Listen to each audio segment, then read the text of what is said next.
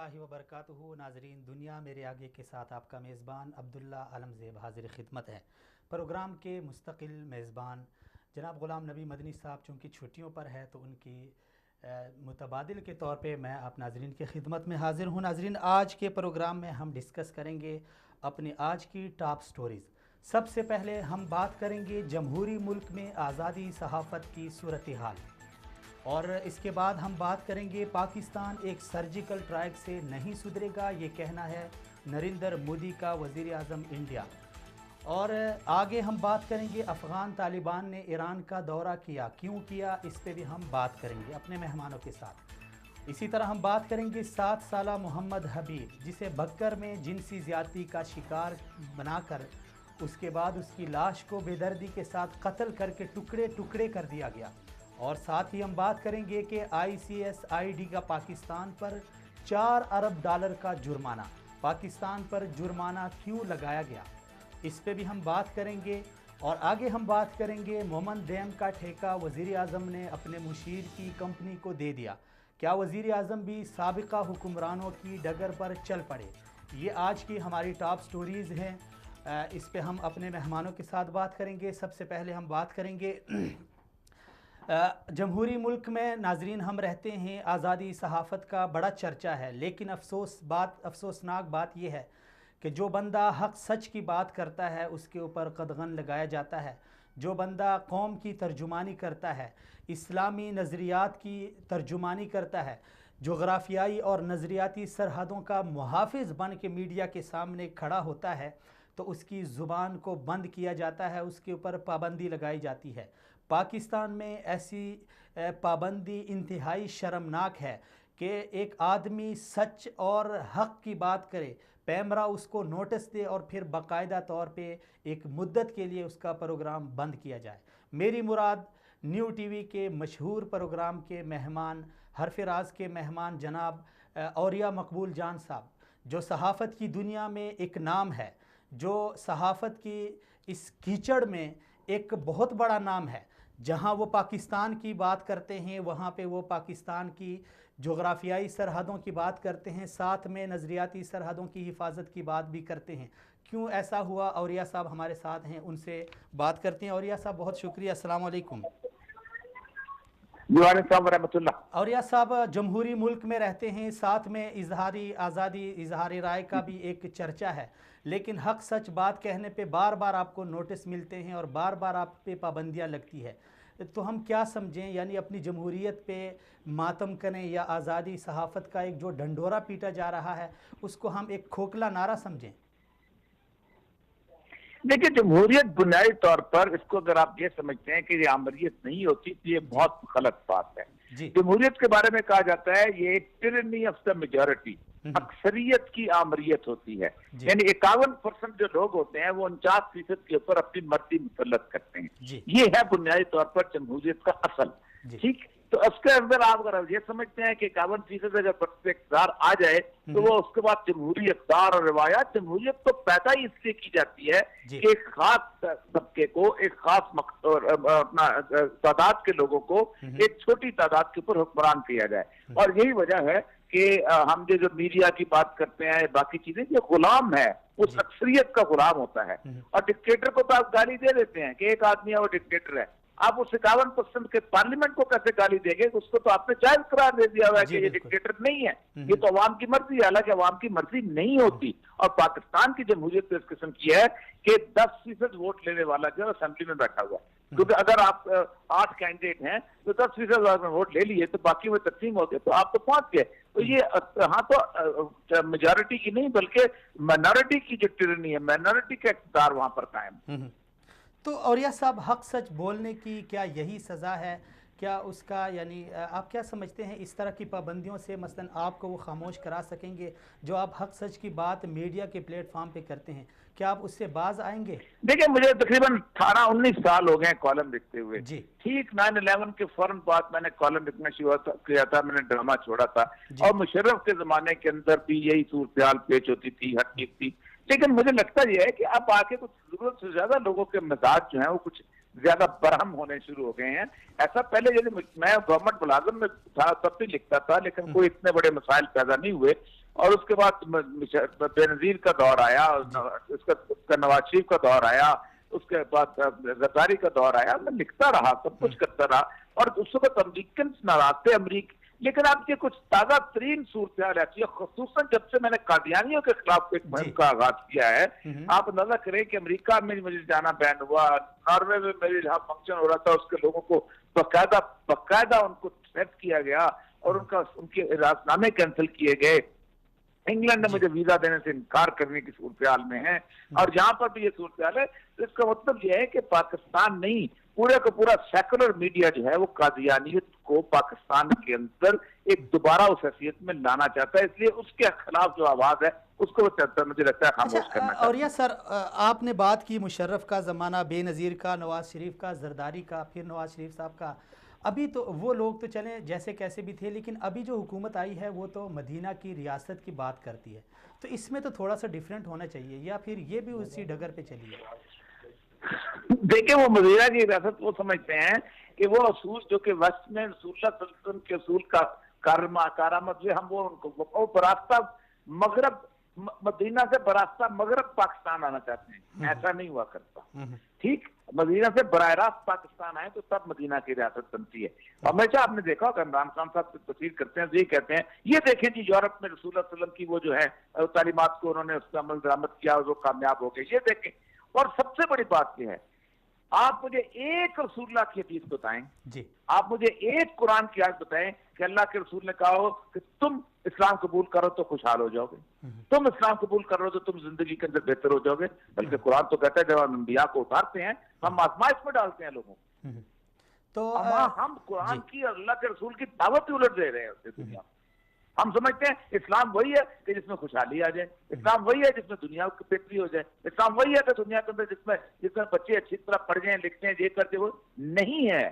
इस्लाम की पैमाइश और है, या वो पैमाइश मान लो या ना मानो।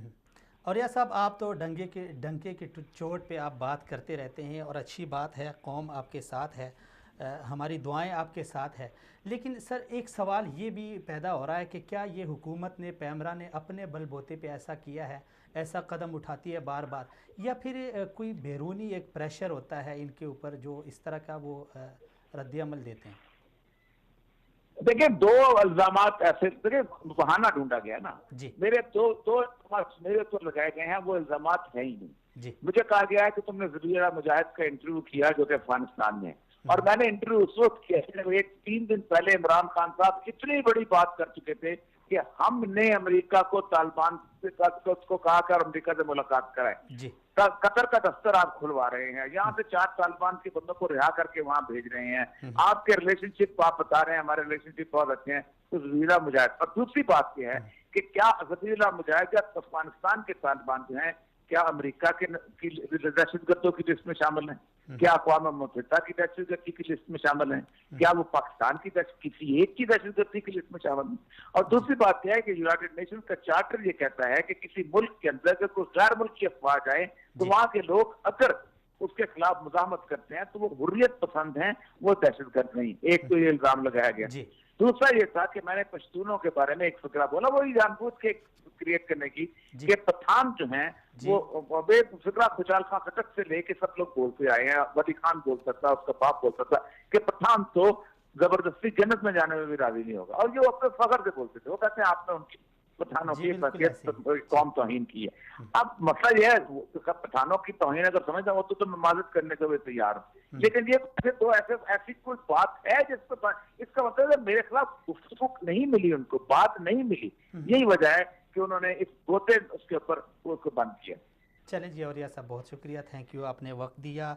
ये सूरत हाल है नाज़रीन, आप देख रहे हैं पाकिस्तान जमहूरी मुल्क है, जमहूरी इस्लामी जमहूरिया पाकिस्तान की ये सूरत हाल है, जहाँ पे सहाफ़त तो आज़ाद है लेकिन सिर्फ़ नारों तक, जहाँ पे सिर्फ़ यानी बोलने की हद तक सहाफ़त आज़ाद है, लेकिन जो बंदा हक़ और सच की बात करता है। हालांकि हकीकत ये है कि औलिया साहब ने कादियानियत के हवाले से बात की थी, लेकिन उसे कौन सा रंग दिया गया। देखें आप, ये इल्ज़ाम तो देखें, आपने ये कोई इल्ज़ाम है, आपने ज़बीहुल्लाह मुजाहिद का इंटरव्यू लिया, ठीक है, औरिया साहब ने ज़बीहुल्लाह मुजाहिद का इंटरव्यू लिया, सलीम साफ़ी साहब ने एहसानुल्लाह एहसान का इंटरव्यू लिया।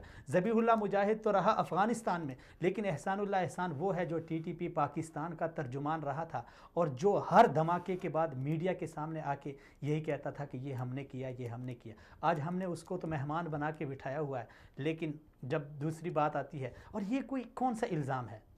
बात बिल्कुल सच है। बज़ाते खुद मैं एक पख्तून हूँ। अगर पख्तूनों के आप नेचर देखें तो ये बिल्कुल सही बात है कि अगर ज़बरदस्ती आप पख्तून को जन्नत में भी ले जाना चाहें तो वो नहीं जाएंगे। कैसे आप पख्तूनों को ज़बरदस्ती रियासती जबर के मातहत उनको पाकिस्तानी बनाएंगे? प्यार से, मोहब्बत से। तो ये सबसे पहले हमने डिस्कस कर लिया, और वो वजह जो औरिया साहब पे पाबंदी लगी थी वो भी हमने जान ली। आगे चलते हैं नाज़रीन। अफ़गान तालिबान ने ईरान का दौरा किया है। क्यों किया है? क्या अफ़गान तालिबान दोबारा से क्या ईरान दोबारा से अफ़गान तालिबान की क़ुर्बत का ख़्वाहां है?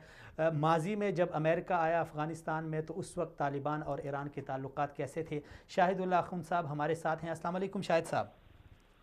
वालेकुम अस्सलाम व रहमतुल्लाहि व बरकातहू। शाहिद साहब बहुत शुक्रिया, सलामत रहें, आपने वक्त दिया। शाहिद साहब सबसे पहले तो ये बताएं कि माजी में जब तकरीबन 17 साल तक अमेरिका आया अफ़गानिस्तान में, उसने सही यानी खून बहाया और जो उसने दरिंदगी करनी थी वो करके अभी वो जाने की तैयारी में है। अपनी शिकस्त एक तरह से वो तस्लीम कर चुका है।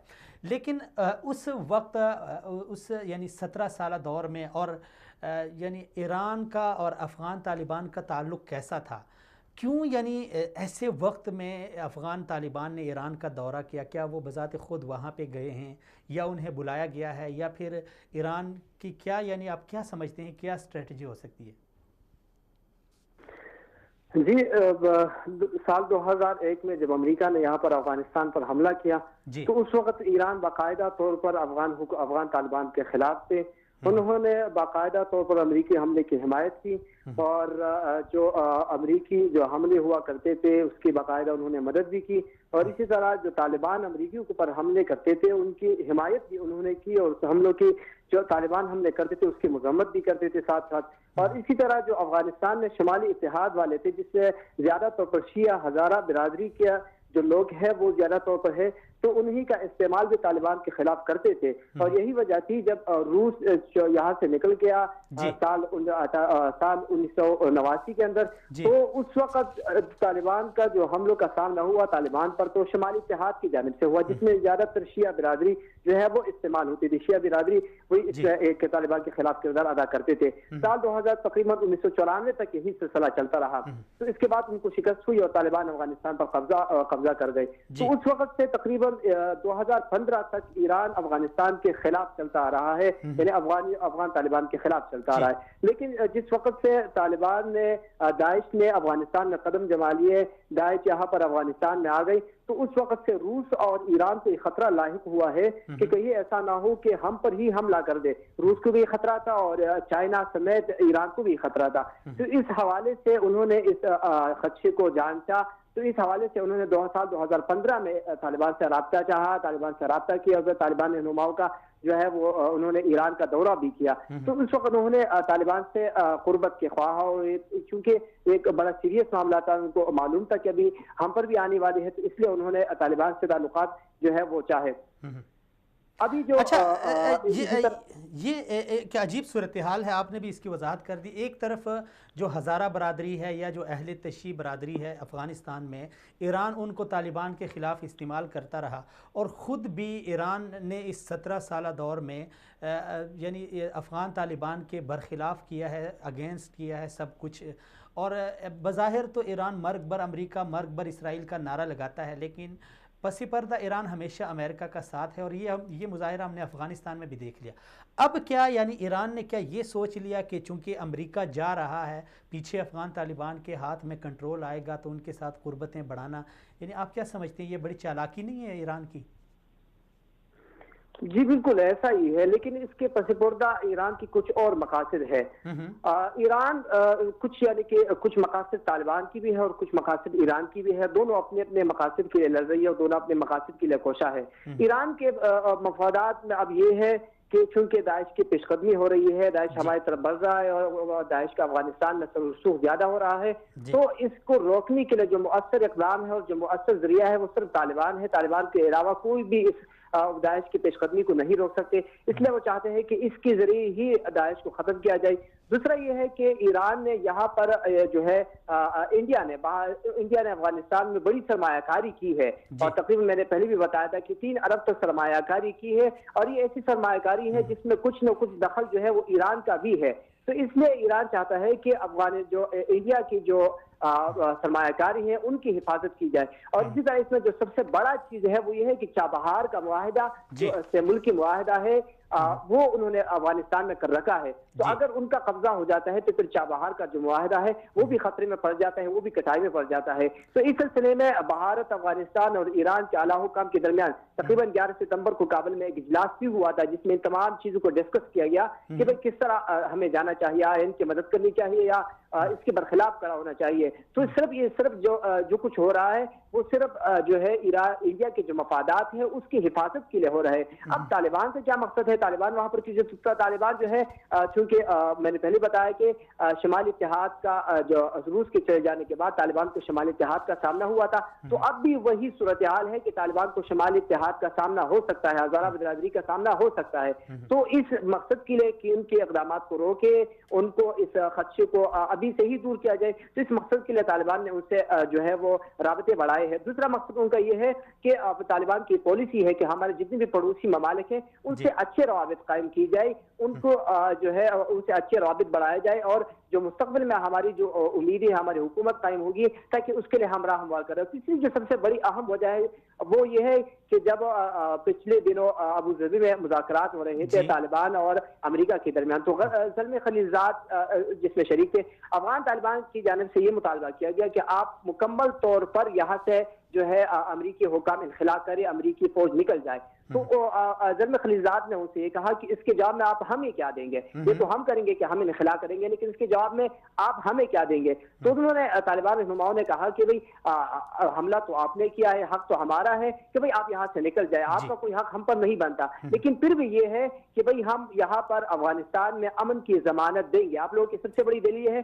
कि भाई हमारे चले जाने के बाद अफगानिस्तान का क्या होगा, अमन का क्या होगा, तो हम अमन की हम जमानत देते हैं। तो अच्छा शाहिद साहब, एक तरफ हम देखें तो ईरान, चूंकि अफगान जो हुकूमत इस वक्त बरसर इख्तिदार है उसके साथ भी ईरान के बड़े अच्छे ताल्लुकात और मरासिम हैं, इसीलिए तो ईरान ने वहाँ पे बड़ा पैसा खर्च किया है, बड़ी सरमायाकारी की है।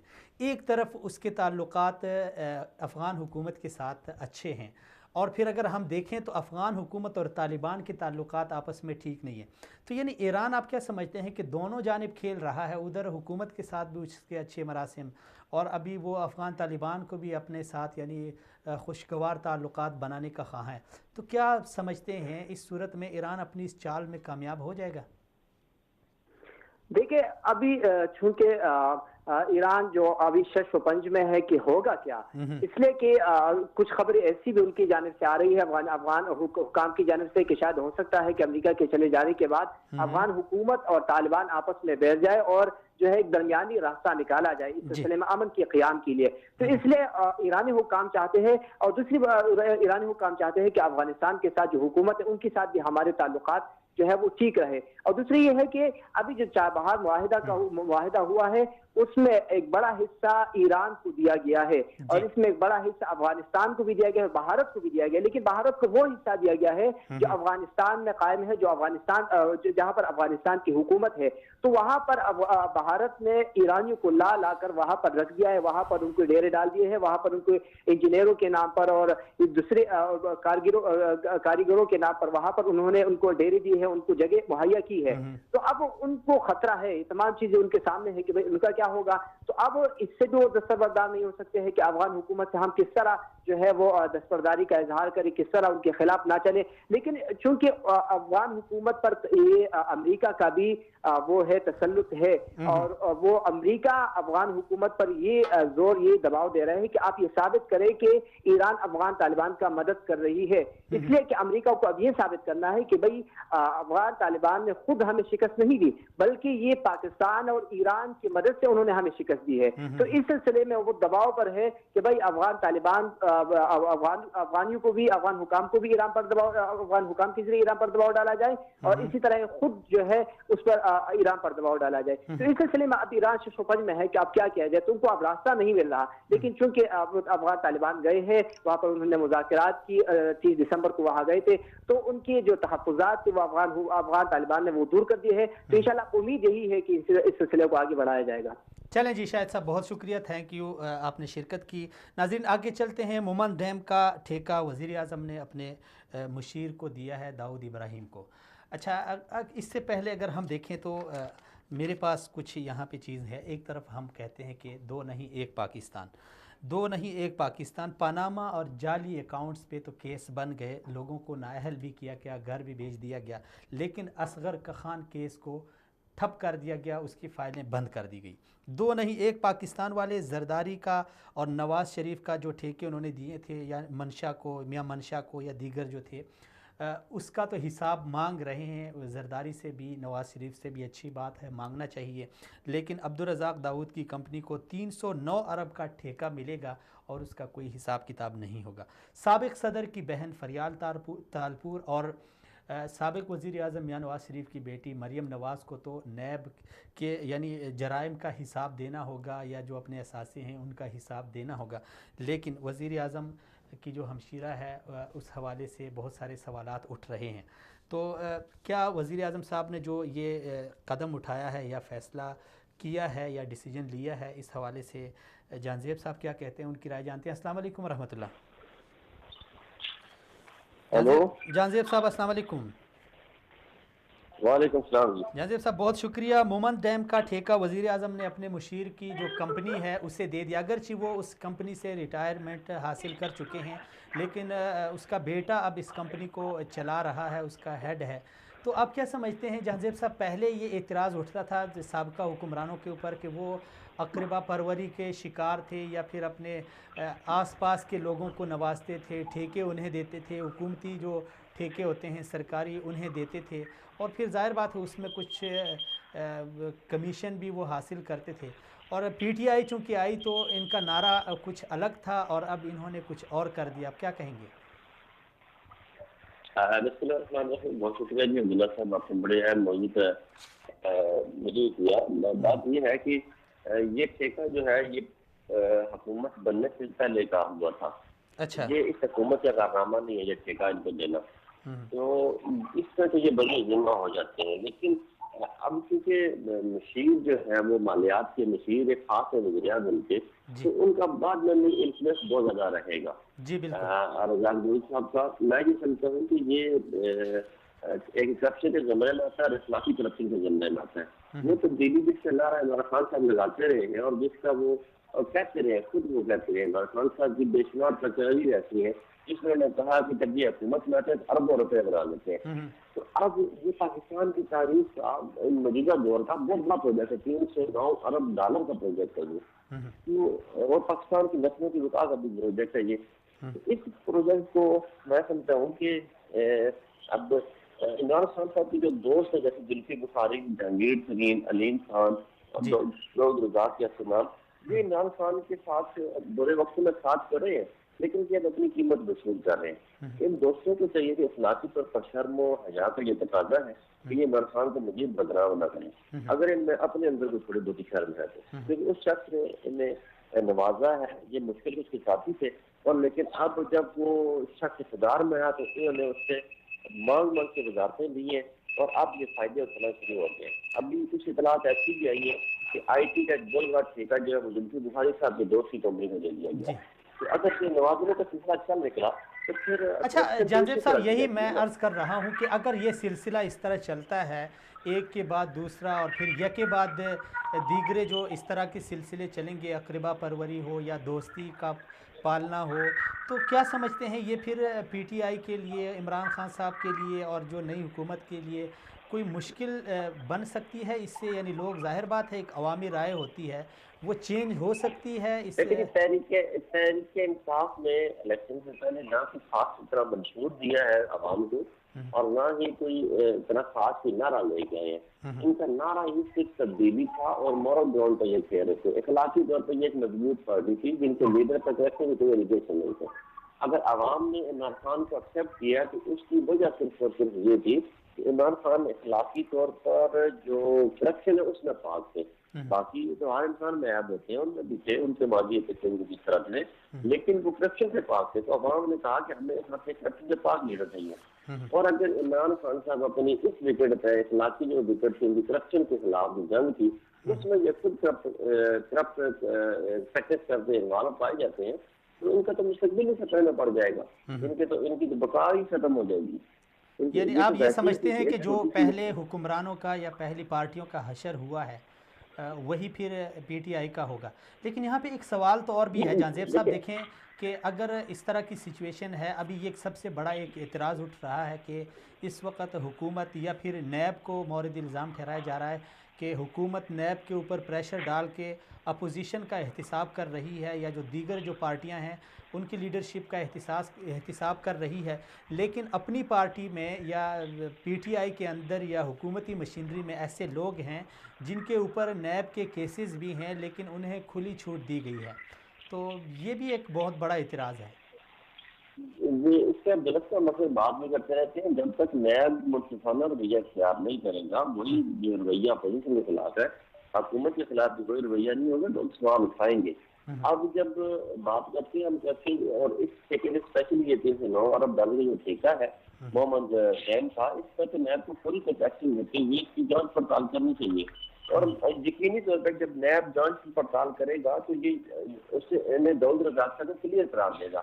उसमें यह है कि नैब ये देखती है कि कहाँ पे ज़ाब्तगी हुई है और कहाँ इख्तियारात का इस्तेमाल किया गया है। अब जब इख्तियारात की बात आएगी तो इख्तियारात का इस्तेमाल इस हुकूमत ने किया, गुज़श्ता हुकूमत का कारनामा है। और जब ये बात उसमें नैब में से निकल जाएंगे तो साफ साफ बोली में जाके ठेका जीत गए हैं।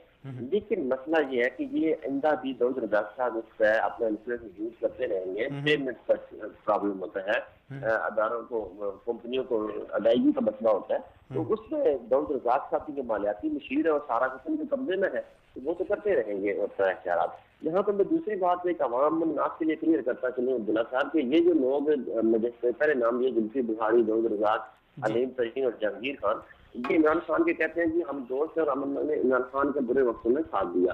जहांगीर तरीन तो अब्दुल्ला साहब हुकूमत में आने से पहले सरसरी से मैं और आप जानते थे, हमें नहीं पता अलीम तरीन कितनी बड़ी मछली है। हमें जहांगीर तरीन के बारे में कोई राय नहीं पता थी कि वो कितनी बड़ी मछली है, कितना बड़ा कारोबार है।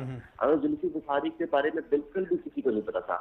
ये लोग इमरान खान के साथ कब लगे हैं, जब इमरान खान के साथ बढ़कर पाकिस्तान कर रहा, पाकिस्तान की आवाम लगी है और इमरान खान को उस ग्राउंड पर उन्होंने इस्तेमाल किया जो इमरान खान ने अपनी विकट, अपनी जो बसात बिछाई थी सियासत की पाकिस्तानी नौजवानों के अंदर, जो शौर दिया था, उसके बलबूते पर ये लोग इमरान खान की ताकत में आगे शामिल हुए हैं। अब इन लोगों ने अपने आप को कैश करवाया है। ये अरबों खरबों की अगर ये पब्लिसिटी करती है अब्दुल्ला साहब, ये लोग जहांगीर सिंह, अलीम खान, इनके बुखारी, तो इनका नाम इतना ना बनता। आज इन्होंने एक नाम बना दिया पूरी दुनिया में, एक ब्रांड बन चुके हैं।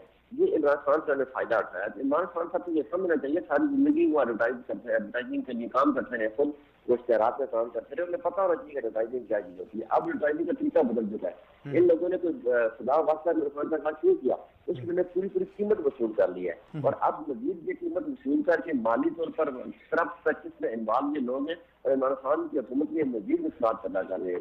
ये जो इमरान खान के साथ लगे थे, ये वर्कर की ताकत की वजह से लगे थे। इमरान खान जब जीरो था तो ये नहीं आया इमरान खान के साथ। अगर ये इतने वफादार थे इमरान खान के तो उसका साथ इमरान खान के साथ, उस वक्त इमरान खान के साथ ही है। जब इमरान खान एक ताकत बन चुका तब ये साथ सारे आगे लगे हैं। तो अब इमरान खान साहब ये सोचा ये कि मेरा जो वर्कर है वो मेरे बारे में क्या सोच रहा है। एक कन्वेंशन उसके लिए रख लेंगे, एक रेफरेंडम उसके लिए आज में एप्लीकेशन कर हो रहा है। हर बंदा ये ऐप बना रहा है, हुकूमत एक ऐप ऐसी ही बनाए कि अपना जो आवाम का फैसला है वो उस पर दे सके, उसमें वोटिंग कर सके। आवाम को बराह वोटिंग की इजाजत हो कि ये हम फैसला करने जा रहे हैं, इस पर वोटिंग करें, ताकि इख्तियारात निचले तबके तक मुंतकिल हो। वो जो पिछले हुकूमतों में सितम ज़रीफ़ी आवाम के साथ होती है उसमें भी कमी आए। चलिए जी, बहुत शुक्रिया जानजेब साहब जी, बहुत शुक्रिया, थैंक यू। नाज़रीन, आगे हम बात करेंगे कि पाकिस्तान एक सर्जिकल स्ट्राइक से नहीं सुधरेगा, ये कहना है भारतीय वज़ीर आज़म नरेंद्र मोदी का। मोदी चूँकि आजकल इलेक्शन कैंपेन चला रहा है और बहुत सारी रियासतों में, भारत की जो रियासतें हैं उनमें मोदी को बड़ी शिकस्त फाश्त हुई है और उसकी जो पार्टी है बीजेपी वो शिकस्त से दो चार हो रही है। अपनी शिकस्त को मद्देनज़र रख के वो ऐसे हवास बाख्ता हो चुका है कि वो आए रोज़ पाकिस्तान के ख़िलाफ़ जहर उगल रहा है। चूँकि इसकी बुनियादी वजह यह है कि चूँकि भारत का जो वोट है, जो हिंदू बनिए का जो वोट है, वो ज़ाहिर बात है वही सियासतदान हासिल कर सकता है जो चरब ज़ुबान हो और उसकी ज़ुबान में हर वक्त पाकिस्तान के लिए जहर यानी जमा हो और वो उगलता रहे उसको। इस सूरत में इंडिया में सियासतदान कामयाब होते हैं। एक तो कश्मीर पे सियासत कर रहे हैं, उनकी सियासत का महवर, और हिंदू बनिया चूँकि तासुब की इंतहा दर्जे पर ये लोग फायज़ हैं।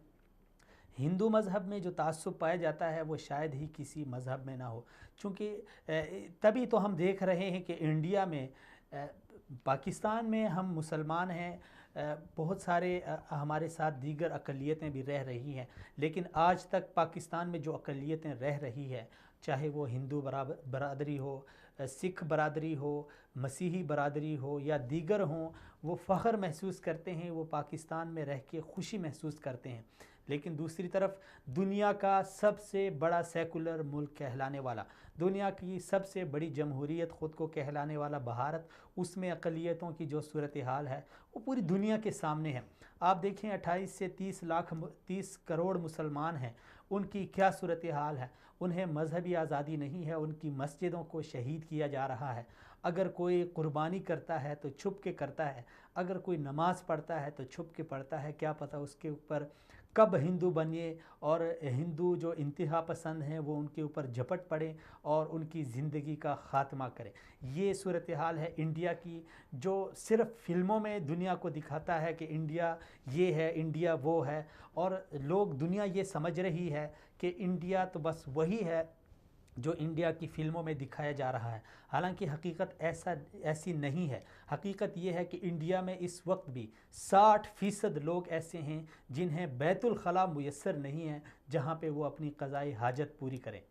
यानी ऐसी सूरत हाल है दुनिया में। जो गुर्बत और जो फ़क़र, जो ख़त है, लकीर है, गुर्बत की लकीर से नीचे ज़िंदगी बसर करने में इंडिया का इस वक्त पहला या दूसरा नंबर है।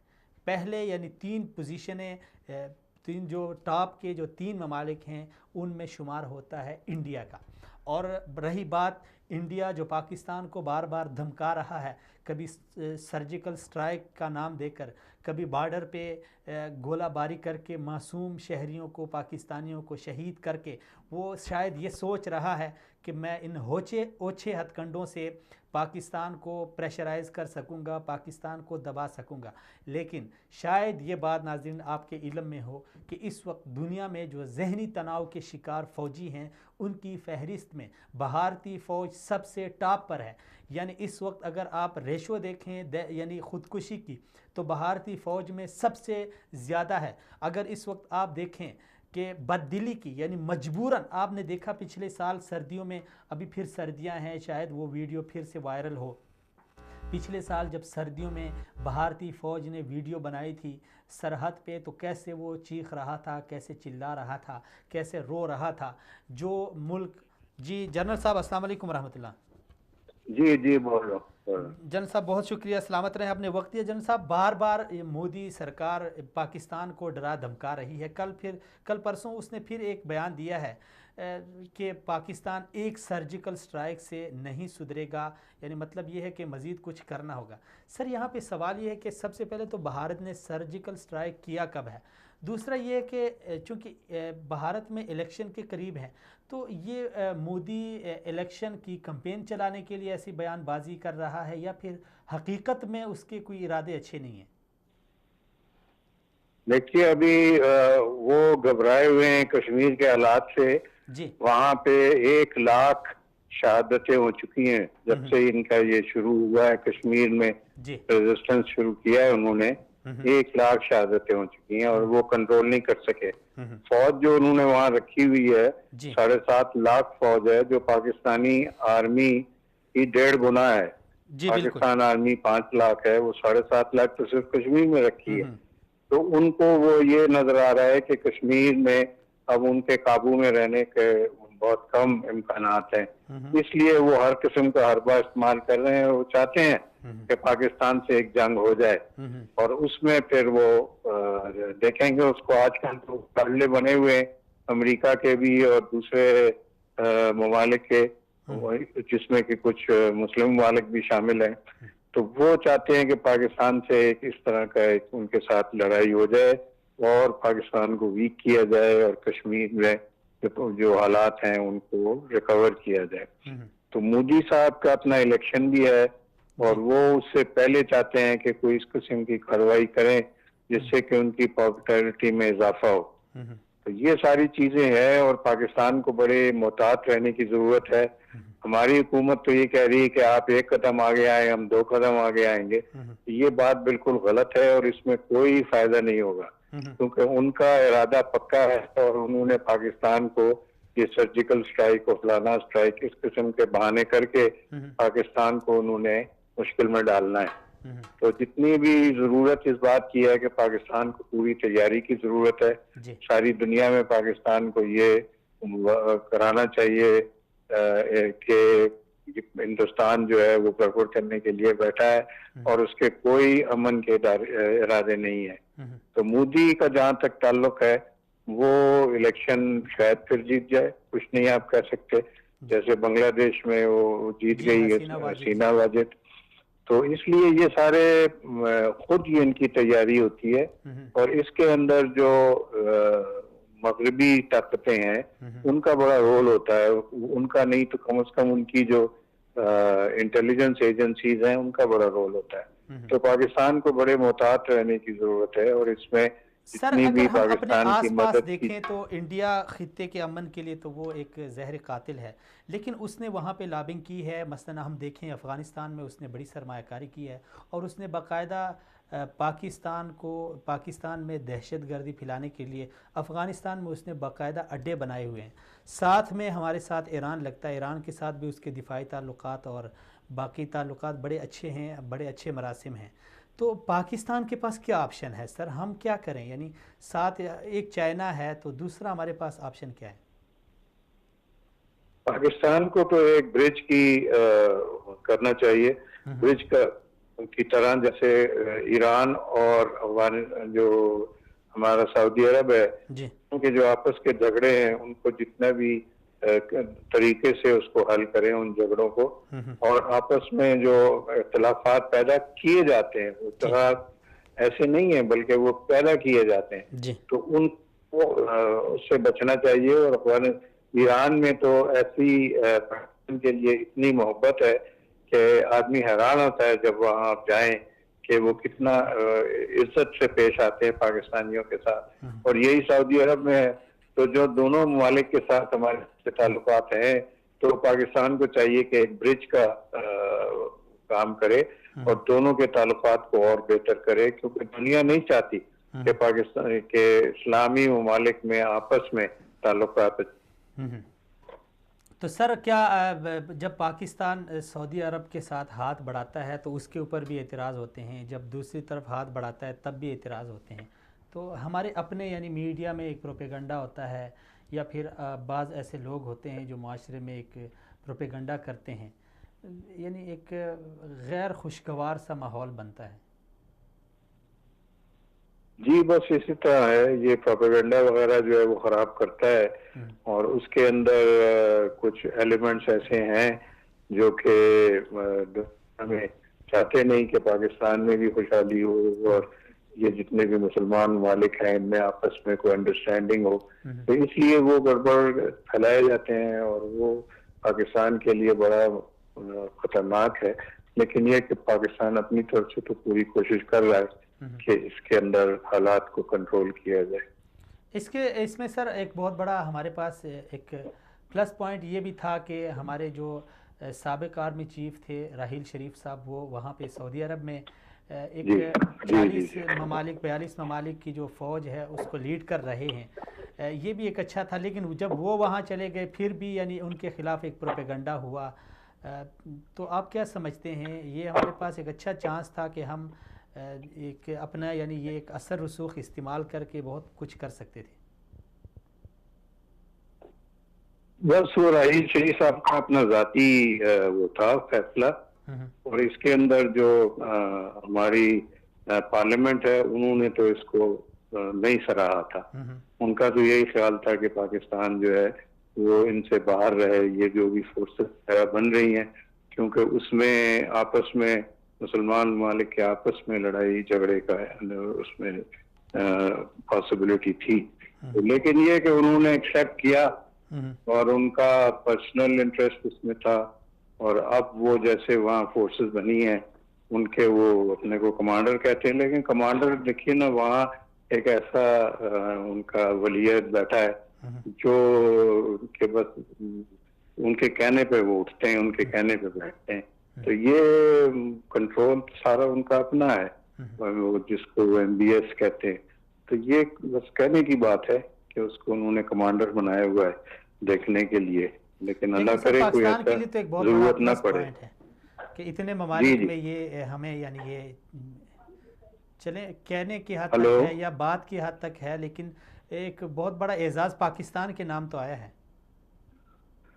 नहीं, ये कोई एजाज नहीं है, और इसमें यह है कि पाकिस्तान को बल्कि इससे बचना चाहिए कि आपस के झगड़े जो हैं उनमें पाकिस्तान इन्वॉल्व ना हो, और जो मुसलमान ममालिक के झगड़े हैं। और इसमें तो देखे ना वो सऊदी अरब के ताल्लुकात सारे मुसलमान ममालिक के साथ ठीक नहीं है, सब कुछ के साथ झगड़े भी हैं उनके।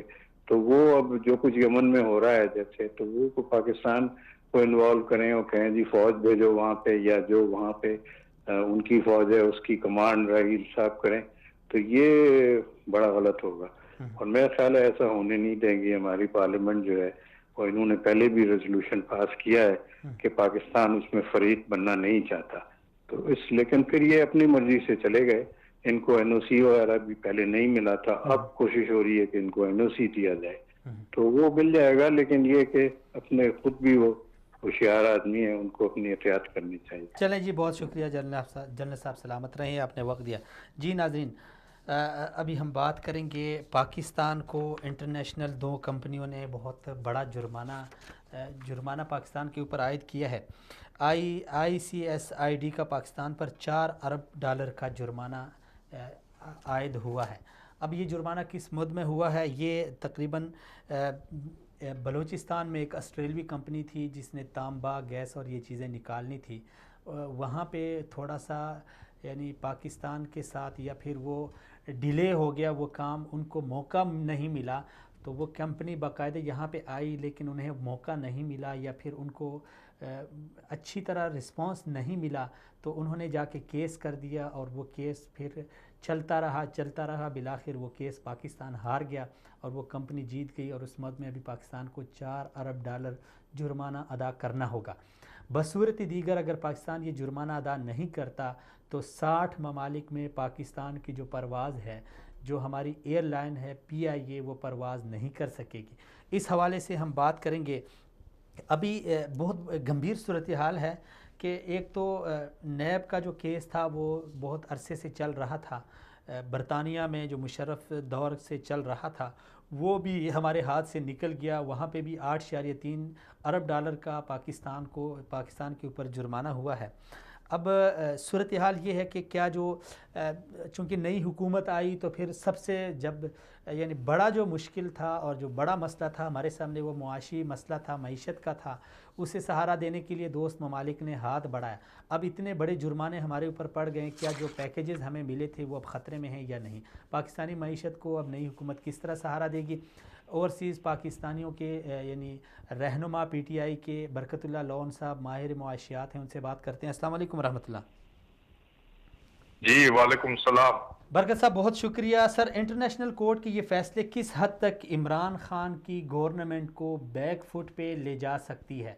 आगे खान साहब की हुकूमत को बड़े मशाकिल हैं, मसाइल हैं, मुआशी, जब सबसे पहले उनकी हुकूमत आई तो बहुत बड़ा मसला यही था। उन्होंने इसको थोड़ा सा कवर करना चाहा, कुछ ममालिक के दौरे भी किए, वहाँ से हमें इमदाद भी मिली, पैकेजेस भी मिले। अब इस तरह के फ़ैसले आ गए तो आप क्या समझते हैं कितने यानी ख़तरनाक साबित हो सकते हैं, या फिर हुकूमत इसको यानी इसमें इस मुश्किल से निकल पाएगी? देखें, जो बाकी पाकिस्तान में जो बाकी मुआशी चैलेंजेस से इमरान खान निमट रहे हैं जी, या वो सारा खमियाजा भुगत रहे हैं जो पिछली गवर्नमेंट्स ने जो है अपने गलत फैसलों की वजह से, कमीशन कमाने की वजह से जो उन्होंने गलत फैसले किए और गलत एग्रीमेंट्स किए हैं जी। तो ये जो आपने अभी जिक्र किया, इनमें जो बिलखुसूस जो सबसे बड़ा गंभीर जो मामला है वो रिकॉर्डिंग का है जी, जो कि ऑस्ट्रेलियन कंपनी TCC के साथ है। जी जी। अब ये जो मामलात हैं ये भी पिछली गवर्नमेंट्स के अपनी नालायकियों से या अपनी जो कमीशन कमाने के उसमें उन्होंने जो उनके साथ मुआहदे किए उन कंपनीज के साथ, जी जी, तो अब उसका खामियाजा जो है जाहिर इस गवर्नमेंट को भुगतना पड़ रहा है। मैं मुख्तसरन अगर आपकी इजाजत तो इन सब की डिटेल में तो मैं नहीं जाऊंगा, लेकिन ये जो रिकॉर्डिंग का है ना, इसका थोड़ा सा मैं आपको तजिया पेश करूं अगर आपकी इजाजत तो। जी जी जी जी, लेकिन थोड़ा सा टाइम हमारे पास, बरकत साहब थोड़ा टाइम कम है तो आप इख्तिसार से काम ले चलें। जी जी, तो ये जो रिकॉर्डिंग का बेसिकली ये जो चाकी के मकाम पे बलूचिस्तान पे जो ट्रेजरी है, पूरा खजाना है उसका, कॉपर का और गोल्ड का, तो ये बेसिकली 1993 में उस वक्त के केयर टेकर जो वज़ीर आला थे बलूचिस्तान के, सबसे पहले तो ये गलत काम यही हुआ था कि अरबों डॉलर का एग्रीमेंट जो है, एक केयर टेकर 3 महीने का एक वज़ीर आला जो है वो उसको जो है साइन कर रहा है किसी के साथ, जाहिर उसका अपना स्टेक होगा, उसने साइन किया जी। अच्छा, उसके बाद 10 साल जो है उन्होंने अपनी वहां पे एक जॉइंट अपना उनका joint venture agreement Balochistan government और वो जो TCC कंपनी है ऑस्ट्रेलियन, उनके बीच में एक मुआहदा तय पाया। 10 साल उन्होंने अपने वहां पे डिगिंग की, उन्होंने पूरा अपना इन्वेस्टमेंट की। उसके बाद 2013 में पाकिस्तान के सुप्रीम कोर्ट ने जो है इस जॉइंट वेंचर एग्रीमेंट को नल एंड वॉइड करार दिया क्योंकि ये पाकिस्तान की मुफादात के खिलाफ था। तो अब उसके जाहिर है जब पाकिस्तान की मुफादात के खिलाफ था और उन्होंने अपनी इन्वेस्टमेंट की थी, उन्होंने अपना जो केस था सुप्रीम कोर्ट का जो फैसला था उसके खिलाफ वो इस इंटरनेशनल कोर्ट पे चले गए और वहां से अभी इस तरह के फैसले आना शुरू हो गए हैं। तो मैं समझता हूँ थोड़ा सा मुश्किल तो इमरान खान की गवर्नमेंट के लिए है, मुख्तसर ये है, लेकिन जो है मैं ये समझता हूँ कि जो इंटरनेशनल कोर्ट के फैसले हैं वो हर मुल्क के लिए लागू नहीं होते हैं क्योंकि हर मुल्क के अपने कवानीन है। और ये जो मामला है ये पाकिस्तान की जमीन सरजमीन के अंदर जो है, हमारी जमीन है, हमारा वो है क्या कहते हैं मिनरल्स हमारे हैं, हमारी जमीन है, बलूचिस्तान गवर्नमेंट की जमीन है, तो उसमें इंटरनेशनल जो कोर्ट है वो फैसला हमारे ऊपर थोप नहीं सकता है जी। लेकिन चूंकि वहां पे इंटरनेशनल लॉबीज हैं, पाकिस्तान दुश्मन अनासिर हैं, वो पाकिस्तान की गवर्नमेंट को प्रेशराइज करने की कोशिश कर रहे हैं और मैं समझता हूँ वो नाकाम होंगे। जी जी, बरकत साहब जी, बरकत साहब जी। तो अब मैं समझता हूं कि इस हवाले से जो इंटरनेशनल लॉबीज हैं वो ये देख रहे हैं पाकिस्तान की तरफ कि इमरान खान जो है इतने इकोनॉमिक के पॉइंट ऑफ व्यू से, माशी लिहाज से बड़े स्टेप्स ले रहे हैं। अच्छा बरकत साहब, स्टेप्स तो ले रहे हैं, तो आपके ख्याल में यानी इमरान खान साहब को और कितना वक्त लगेगा, कितना वक्त यानी लगेगा मईशत को सहारा देने में, या मईशत की जो एक पटरी है उसको उस पटरी पे चढ़ाने में? क्योंकि पहले उन्होंने 100 दिन का विजन दिया कि उसमें हम ये करेंगे। अब मज़ीद आप क्या समझते हैं कितना वक्त मिलना चाहिए, कितने दिन मिलने चाहिए? देखिए, मेरी जो अपनी एनालिसिस है इसके हवाले से, माशी पहलू के हवाले से, पाकिस्तान की जो इमरान खान जो जिस ट्रैक पे चल रहे हैं इस वक्त जी, उसके हिसाब से मैं ये समझता हूँ कि 2019 का जो साल है वो एक कंसोलिडेशन टाइप का साल होगा जिसमें तमाम जो करप्ट अनासिर हैं, करप्ट जो लोग हैं हमारे, वो उनकी सफाई सुथराई होगी और उसके बाद मैशत को जो है ना एक पटरी पे चढ़ा दिया जाएगा।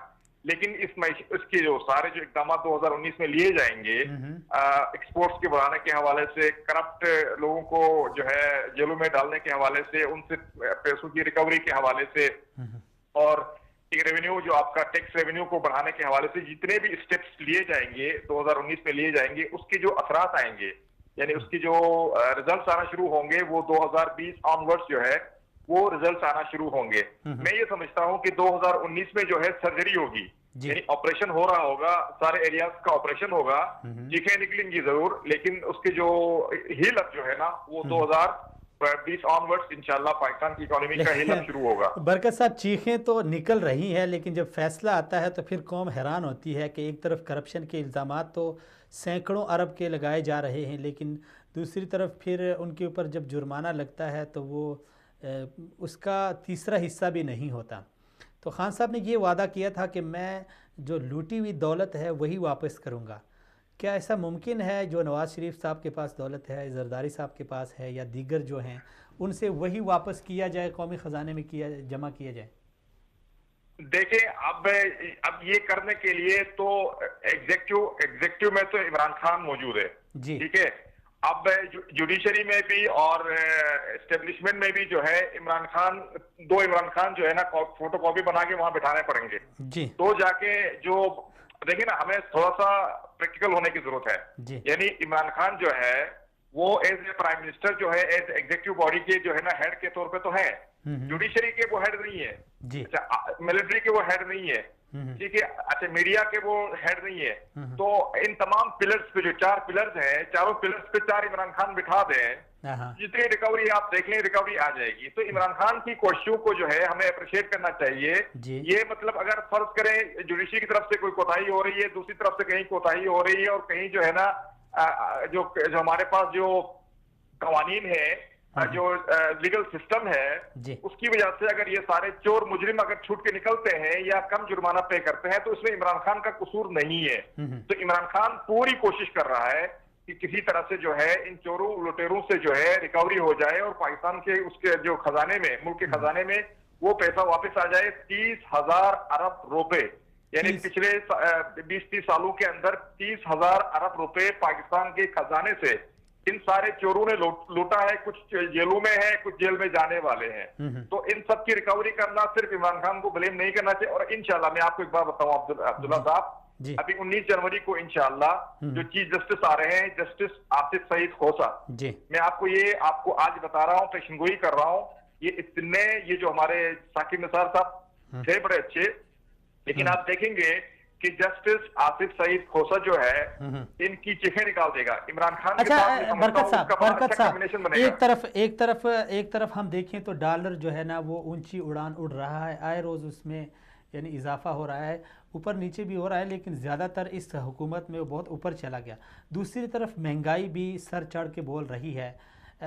ये लोगों का एक तासुर है, बल्कि मैंने बड़े बड़े तज्जिया निगारों को सुना है टीवी पे कि पाकिस्तान IMF के पास जाने की तैयारी में है, इसीलिए पाकिस्तान ने ये महंगाई इतनी बढ़ा दी है ताकि IMF के पास जाके एक जवाज़ पेश कर सकें कि आप लोगों के पास आने से पहले ही जो आपकी शराइत होती हैं बाद में वो हमने पहले ही लागू कर दी हैं। तो इसमें यानी कितनी हकीकत है? नहीं, देखें, इस वक्त अगर आप रियलिटी देखें ना, पाकिस्तान ने IMF को बैकफुट पे कर दिया है, ये रियलिटी है। यानी जब आप आज से 2 महीने पहले पाकिस्तान बड़ी क्रिटिकल सिचुएशन में था और IMF के पास जाना था उससे, लेकिन बड़े ही यानी इमरान खान ने एक मुदब्बिराना और बड़ा ही जो है ना बड़े विजन के साथ IMF को बैकफुट पे किया है। ये हर आदमी नहीं समझता है। इस वक्त सऊदीया से जो आपको फंडिंग मिली, आपको चाइना से मिली, आपको जो है ना अभी मिल रही है 2-3 अरब की, UAE से जो है ना $3 अरब की मिली, मलेशिया से मिली, अब तुर्की से मिल रही है। तो ये कोई $8-10 अरब की जो फंडिंग बहुत बड़ी बात है। यानी $8 से $10 अरब जो है एक दौरा करके, यानी ये तो 1 अरब से क्या $1 करोड़ भी लेके नहीं आ सकते थे पिछले जो हमारे नालायक हुक्मरान थे।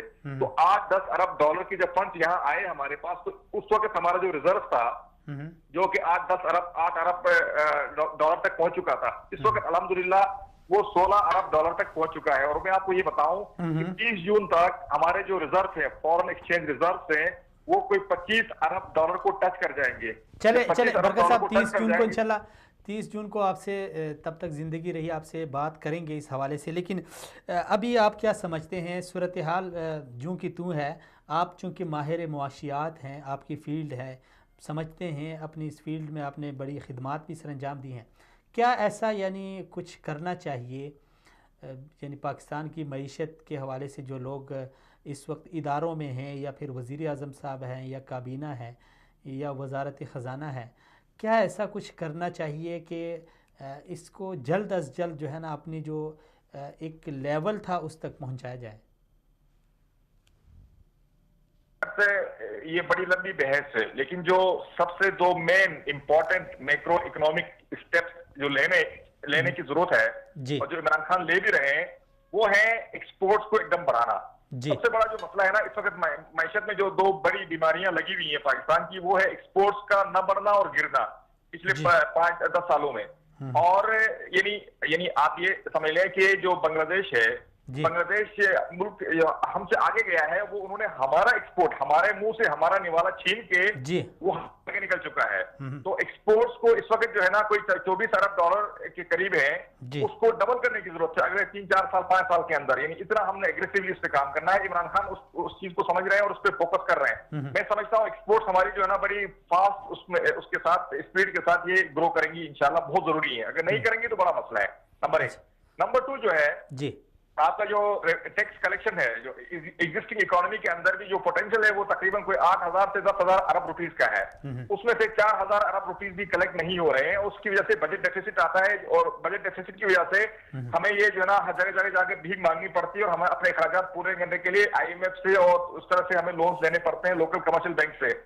उसको और एड्रेस करने के लिए यानी जो करप्शन का जो माफिया है, जो आपका जो FBR का सारा सिस्टम करप्ट सिस्टम है, उस पर फोकस करके अपने रेवेन्यूज यानी अपने अखराजात को पूरा करने के लिए अपने टैक्स रेवेन्यू से ही जो है उसको पूरा किया जाए। यानी अगर ये कोशिश करें तो अगर 5,000 का टोटल बजट है हमारे मुल्क का और 10,000 की पोटेंशियल है, ये अगर 5,000 भी कलेक्ट करें तो हमारा बजट डेफिसिट 0 हो जाएगा। जब बजट डेफिसिट 0 होगा तो आपको जो है ना लोन्स के लिए IMF के पास या किसी और फाइनेंशियल इंस्टीट्यूशन के पास जाने की जरूरत नहीं पड़ेगी। चले जी बरकत साहब, बहुत शुक्रिया। वक्त हमारे पास ख़त्म हुआ है, इंशाल्लाह फिर आपसे कभी गपशप होगी इस हवाले से।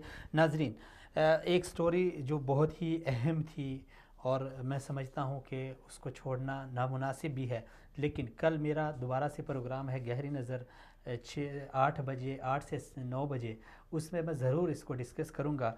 बकर में 7 साला मोहम्मद हबीब, एक बच्चा, उसे जिनसी दरिंदगी का निशाना बनाकर उसके बाद ज़ालिमों ने 13 दिन उसको लापता रखा और 13 दिन बाद जब बच्चे की लाश मिली तो जिनसी ज़्यादती के बाद उसे कत्ल के बाद भी उनका दिल ठंडा नहीं हुआ और उस बच्चे के जिस्म के टुकड़े टुकड़े करके उसे फेंक दिया गया कचरे में। यानी मैं हैरान हूँ कि हम पता नहीं किस मुआशरे में रह रहे हैं। वल्लाहिल अज़ीम इस तरह की सूरत हाल जंगल में भी नहीं होती। यानी वो जो दरिंदे होते हैं जो पंजों से दूसरे जानवर को शिकार करते हैं या फिर अपनी दाढ़ों से चीर फाड़ते हैं, वो भी इस तरह दरिंदगी का मुजाहिरा नहीं करते। इस महीने में ये तीसरा चौथा वाक़या है। एक आयशा नामी बेटी का वाक़या पेश आया KP में, उसके बाद फरियाल नामी एक बच्ची का वाक़या पेश आया ये एबटाबाद वाली साइड पे, और अब ये तीसरा मोहम्मद हबीब। ये बच्चे की आप तस्वीर देख सकते हैं स्क्रीन पे। यानी आप सोचें कि ये बेहिसी का राज है या फिर हमारी शहवत जो है ना हमारे सर चढ़ गई है। इतना तो दरिंदों की भी शहवत सर नहीं चढ़ती। मुझे हैरत हो रही है हम कैसे बेहिस मुआशरे में रह रहे हैं। क्यों ऐसा होता है? क्यों एक बार हम यानी मुजरिमों को पकड़ के उन्हें सरेआम सज़ा नहीं देते?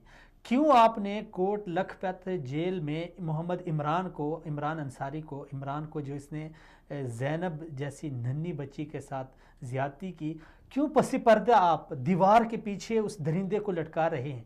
क्यों नहीं एक चौक पे आके उसकी यानी गर्दन उड़ाते हैं या उसे फांसी चढ़ाते हैं, ताकि दूसरे भी सज़ा आपने देनी है तो दे दें सरेआम। यानी ये इंसानियत है। यहाँ पे तो हैवानियत भी शर्मा गई होगी। आप ज़रा इस बच्चे को देखें, 7 साला बच्चा, 13 दिन बच्चे को गायब कर रखा घर से और 13-14 दिन बाद जब बच्चे की लाश मिली तो वो भी टुकड़े टुकड़े।